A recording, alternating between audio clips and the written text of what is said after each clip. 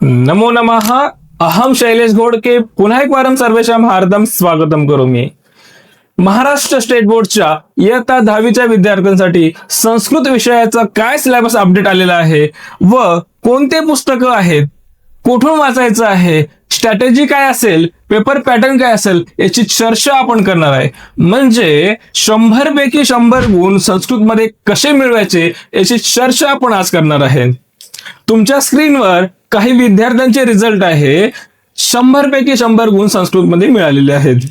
काही विद्यार्थी आहेत ज्यांना 100 पैकी 100, काही विद्यार्थ्यांना 99, काही विद्यार्थ्यांना 98, काही विद्यार्थ्यांना 97 आणि ओव्हरऑल जर बघितलं तर खूप साऱ्या विद्यार्थ्यांना 100 पैकी 100 गुण मिळत असतात. 100 पैकी 100 गुण मिळवण्यासाठी आपल्याला काय स्ट्रॅटेजी फॉलो करायला पाहिजे, पेपर पॅटर्न माहिती पाहिजे आणि पुस्तकं असतील, मागील वर्षाचे काही पेपर असतील ते कुठून प्राप्त होतील याची चर्चा आपण करत आहे. बघा, इयत्ता 10वीच्या विद्यार्थ्यांना 2 पुस्तकं आहेत. एक आहे संपूर्ण संस्कृत जर असेल तर आमोदः, संयुक्त संस्कृत जर तुमचं असेल तर आनंदः हे पुस्तकं तुम्हाला आहेत. म्हणजे दोन्हीपैकी एकच कोणतं तरी पुस्तक असणार आहे. दोन्ही पुस्तकामध्ये सगळे घटक सेम आहेत, परंतु संपूर्ण संस्कृतमध्ये काही पाठ जास्त आहे जे की आनंद या पुस्तकामध्ये नाही आहे. ते कोणते टॉपिक नाहीये, कोणते पाठ नाहीये याची चर्चा सुद्धा आपण करूया. लेसन जर बघितले, अनुक्रमाणिका इंडेक्स मध्ये तुम्हाला लक्षात येईल की अमूल्यम कमलम हा पाठ जो आहे तो संयुक्त संस्कृतवाल्यांसाठी नाही आहे. त्यानंतर संस्कृत नाट्य स्तबकः इथे आहे आणि संयुक्त मध्ये संस्कृत नाट्य युग्मम असं दिलेलं आहे. नाट्य स्तबकामध्ये 3 नाटकांचा म्हणजे पाठ आहे, 3 नाटकांचा अंश आहे आणि संयुक्तवाल्यांना 2 नाटकांचा अंश आहे, तर तिथे कमी आहे. तसंच सुक्ती सुद्धा जो 3रा पाठ आहे त्यामध्ये सुद्धा काही श्लोक संयुक्तवाल्यांना नाही. बाकी जे श्लोक आहेत ते सेमच आहेत. त्यानंतर धेनुर्व्याघ्र पलायते हा पाठ संयुक्तवाल्यांना नाहीये, हा संस्कृत ज्यांचा त्यांना नाहीये. त्यानंतर जटायुशौर्यम हा पाठ नाहीये. प्रतिपदम संस्कृतम हा एक पाठ नाही, म्हणजे 4 पाठ संयुक्त संस्कृतवाल्यांना नाही आहे. त्याच्या व्यतिरिक्त तुम्ही अनुक्रमाणिका बघितली तर तिथे पाठाच्या पुढे मेन्शन आहे की कंठस्थीकरणासाठी आहे, सरळ अर्थलेखनसाठी आहे. तर त्यानुसार जर तुम्ही तयारी केली, म्हणजे सरळ अर्थलेखनची तयारी करत असेल तर ज्या पाठाच्या पुढे सरळ अर्थलेखन लिहिलेलं आहे त्या पाठाची तयारी करायची आहे. श्लोक पाठांतर कोणत्या लेसन मधून करायचे, पाठातून करायचे आहे तर ते सुद्धा दिलेलं आहे. जसं सुक्ती सुद्धा पाठ आहे, त्यानंतर युग्ममाला आहे, चित्रकाव्यम आहे. तर ह्या पाठातील श्लोक पाठांतर करायचे आहे, शुद्ध लेखनसाठी परीक्षेमध्ये असतात. तर हे तुम्हाला जर ओव्हरऑल सिलेबस माहिती असेल, कोणते टॉपिक कशा प्रकारे परीक्षेत विचारले जातात, तर तुम्ही व्यवस्थितपणे तयारी करू शकता. त्यानंतर परीक्षेमध्ये पॅटर्न काय आहे, कोणते घटक आपल्याला विशेष करून लक्ष द्यायचे आहेत ज्याच्यामध्ये मार्क्स जाऊ शकतात आणि विशेष लक्ष दिलं तर तिथे पूर्ण मार्क मिळतील. प्रथम विभाग आहे सुगम संस्कृत. जसं नाव आहे तसाच तो घटक आहे, अत्यंत सोपा आहे, सुगम आहे. पैकीच्या पैकी गुण सगळ्यांना मिळतात आणि मिळायलाच पाहिजे. याची तयारी तुम्ही स्कूलमध्ये जर श्लोक म्हणजे चित्र म्हणून घेत असतील टीचर तर तिथे तुम्हाला हे तयार होऊन जातील. सोपा घटक आहे. नसेल तर ट्युशन मध्ये म्हणून घेतल्यानंतर ते क्लिअर होईल. म्हणजे खूप जास्त मेहनत करण्याची गरज नाही. 2दा 3दा जर वाचलं तर लक्षात राहण्यासारखं आहे. द्वितीय विभाग आहे गद्यम. त्यामध्ये 20 गुणासाठी अनुच्छेद वगैरे असतो, पॅसेज असतो, त्याच्यावर आधारित प्रश्न असतात. एक पदेन पूर्ण वाक्य असे सुद्धा प्रश्न असतात. परंतु त्यामध्ये संधी हा घटक आहे, त्यामध्ये पूर्वपद लिहा, उत्तरपद लिहा, प्रश्न निर्माण कुरुत असेल, विशेषण विशेष असेल, गद्यांच्या मधून पूर्वकालवाचक त्वांत लबेंत किंवा हेत्वार्थ तुमंतावे निष्कास्य लिखत. त्यानंतर विभक्तीवर आधारित प्रश्न असतात. द्वितीय विभक्तीचे पद ओळखून लिहा, तृतीय सप्तमी असे वेगवेगळे असू शकतात. सरळ अर्थलेखनसाठी असतो. त्यानंतर माध्यम भाषेसाठी प्रश्न एक असतो. हे प्रश्न याच्यामध्ये मार्क विद्यार्थ्यांचे जाऊ शकतात. ते जाऊ नये याची तयारी व्यवस्थित करायला पाहिजे. त्यानंतर तृतीय विभाग पद्य, त्याच्यामध्ये सुद्धा सेम एक पदेन पूर्ण वाक्य हे प्रश्न असतात. ते सोपे असतात, ते तुम्ही करू शकतात. परंतु श्लोकम शुद्धम लिखत हा घटक 1 दिवसामध्ये वाचून होणार नाही. पाठांतराचा विषय आहे. सुरुवातीपासून जसे जसे लेसन स्कूलमध्ये किंवा ट्युशन मध्ये होतील तसे तसे तुम्ही पाठांतर करत चालायचं. शेवटी रिव्हिजन म्हणून तुम्ही 1 दिवस अगोदर वाचू शकतात, परंतु अगोदर पाठांतर करणं अपेक्षित आहे. त्याला जर श्लोक पाठांतर असेल तर अन्वय लिखत हा प्रश्न सहजपणे तुम्हाला सॉल्व्ह होईल. सरळ अर्थलेखन माध्यम भाषेचं गद्यांशावर आहे तसंच पद्यांशावर आहे. सरळ अर्थलेखनसाठी 2 पाठ आहेत, वाचन प्रशंसा असेल मानवता धर्म म्हणजे पद्यांशामध्ये. ठीक आहे, तर हे क्लिअरली मेन्शन आहे. 2 पाठ गद्यांशाचे, 2 पाठ पद्यांशाचे सरळ अर्थलेखनसाठी मेन्शन आहे. त्यामधून प्रश्न सरळ अर्थासाठी असतो. चतुर्थ विभाग आहे लेखन कौशलम. त्यामध्ये धातूनाम अव्ययानाम उपयोगम कृत्वा वाक्य निर्माणम कुरुत. एकूण 4 गुणांसाठी प्रश्न आहे. त्याला ऑप्शन आहे संस्कृत अनुवाद. जर तुम्ही पहिला प्रश्न व्यवस्थित केला तर पूर्ण मार्क तिथे मिळतील. पेज नंबर 101, 102 वर पुस्तकामध्ये संपूर्ण संस्कृतच्या दिलेला आहे. संयुक्त संस्कृतमध्ये पण पुस्तकात आहे, मागे पुढे असेल तुम्ही बघू शकता.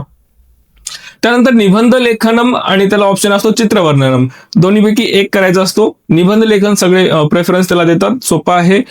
एकूण 7 विषय दिलेले आहेत पुस्तकामध्ये, त्यापैकी 5 विषयावर आधारित तुम्ही कोणताही निबंध लिहू शकता, कोणता मी तयार करू शकता. त्यातील एकच लिहायचा असतो 5 मार्काला. कोणतेही 5 जर केले, 5 पैकी परीक्षेमध्ये 3 येतात, 3 पैकी 1 आपल्याला निबंध लिहिण्यासाठी असतो. पंचम विभाग म्हणजे संस्कृत अवघड है, संस्कृत व्याकरण कठिन है, संस्कृत ग्रामर बहुत हार्ड है, ऐसा यदि लगता है तो उसके लिए यहाँ पर आप एक बार अवश्य देखें. सब कुछ जो भी ग्रामर कठिन लगने वाला है सब कुछ इसमें है पंचम विभाग में. सबसे पहले नाम तालिका, सर्वनाम तालिका, क्रियापद तालिका और धातु साधित विशेषण तालिका. ह्या ज्या तालिका आहेत एकूण 2-2 गुणांसाठी 4 तालिका म्हणजे 8 मार्कासाठी आहे. हे पाठांतराचे विषय असल्यामुळे खूप अवघड वाटतात, कारण हे लक्षात राहत नाही, खूप सारे टेबल आहे. तर हे सुरुवातीपासून लक्ष दिलं तर होईल. म्हणजे 8वी, 9वी आणि 10वी तिन्ही पुस्तकातील नाम, सर्वनाम आणि धातू विचारले जातात, त्यामुळे व्यवस्थित करायचंय. धातू आधी विशेषण तालिका जी आहे ते पेज नंबर 78 वर आहे. त्यामधून तुम्ही जर केली तर पूर्ण गुण मिळतील. ग्रामर मध्ये पूर्ण निर्दिष्टाकृती कृत मध्ये जर तुम्ही बघितलं पूर्ण ग्रामर इथे मेन्शन आहे. संख्यावाचक, त्यामध्ये क्रमवाचक, आवृत्तीवाचक आणि संख्यावाचक, समास, समानार्थक, विरुद्धार्थक शब्द. परत बघा कोणकोणते 3 संख्या, समास आणि समानार्थक विरुद्धार्थक शब्द. सोपे घटक आहे. समास अवघड वाटतो परंतु प्रॅक्टिसने होऊ शकतं. संख्या अगदी सोपी. समानार्थक विरुद्धार्थक शब्दाची जर लिस्ट बघितली ती माझ्याकडे आहे, आपण ते पुढे शिकूया. ती लिस्ट जर तुम्ही वाचली तर त्याच्या बाहेर शब्द जाणार नाही. 3 पैकी 3 गुण मिळतील. जर हे 3 घटक केले, संख्या, समास आणि समानार्थक विरुद्धार्थक शब्द, तर तुम्ही बाकीचे खूप सारे ग्रामरचे टॉपिक स्किप करू शकता. कोणकोणते टॉपिक जसं इथे खाली दिलेले आहे, परत पुढे स्क्रीनवर तेच आहे.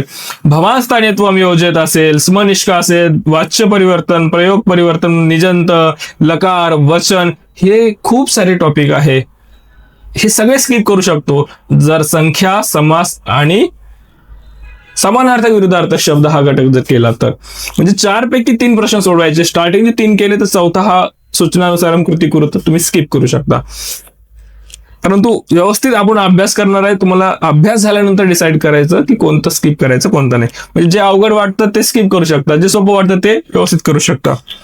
6वा विभाग फक्त संपूर्ण संस्कृत ज्यांचा आहे त्यांच्यासाठी आहे. कारक परिचयम कुरुत आणि प्रातिपदिकम लिखत, हे 2 प्रश्न असे आहेत ज्याच्यामध्ये मार्क्स जाऊ शकतात. बाकी सत्य असत्य असेल किंवा एकपदीन पूर्ण वाक्य हे तर तुम्ही सॉल्व्ह करणारच करू शकता. परंतु कारक काय आहे, प्रातिपदिक काय हे व्यवस्थित वाचणे अपेक्षित आहे. त्याच्या व्यतिरिक्त इथे मागे जर बघितलं संयुक्त संस्कृतवाल्यांसाठी काही घटक सोपे आहेत. हे संपूर्ण संस्कृत सांगितलं पण संयुक्त वाल्यांना सोपे आहे.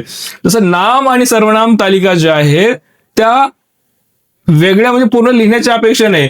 एक ब्रैकेट मध्ये काही शब्द दिले जातील, त्यापैकी नाम कौन से है और सर्वनाम कौन से है उसको अलग करने के लिए ये तालिका रहेगी. वैसे ही क्रियापद और धातु साधित तालिका, मतलब ब्रैकेट में शब्द दिए मिक्स, उसको अलग करने के लिए हाफ संस्कृत वालों को है, जो कि बिल्कुल आसान है.